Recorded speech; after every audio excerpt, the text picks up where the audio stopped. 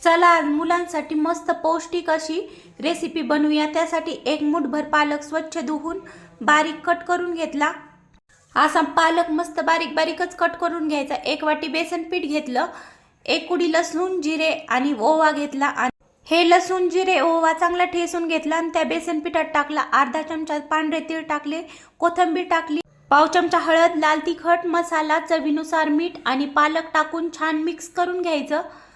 नंतर थोडं थोडं पाणी टाकून हे छान बॅटर बनवून घ्यायचे। ह्याचा आपल्याला पाहू शकता असं बॅटर बनवून घेतले। गॅसवर तवा मांडला, तव्याला छान तेल लावून घेतलं आणि तवा चांगला मीडियम गरम झाला की लगेच हे बॅटर तव्यावर टाकून असं पसरून घ्यायचं। साईडनी तेल सोडायचं आणि 1 मिनिटभर झाकण ठेवून लो गॅसवर छान ही पोळी शेकून घ्यायची। नंतर पलटी करून परत थोडंसं तेल टाकून दोन्ही साईडनी ही पोळी छान भाजून घेतली। मुलांसाठी पौष्टिक पालक पोळी तयार आहे। Like share subscribe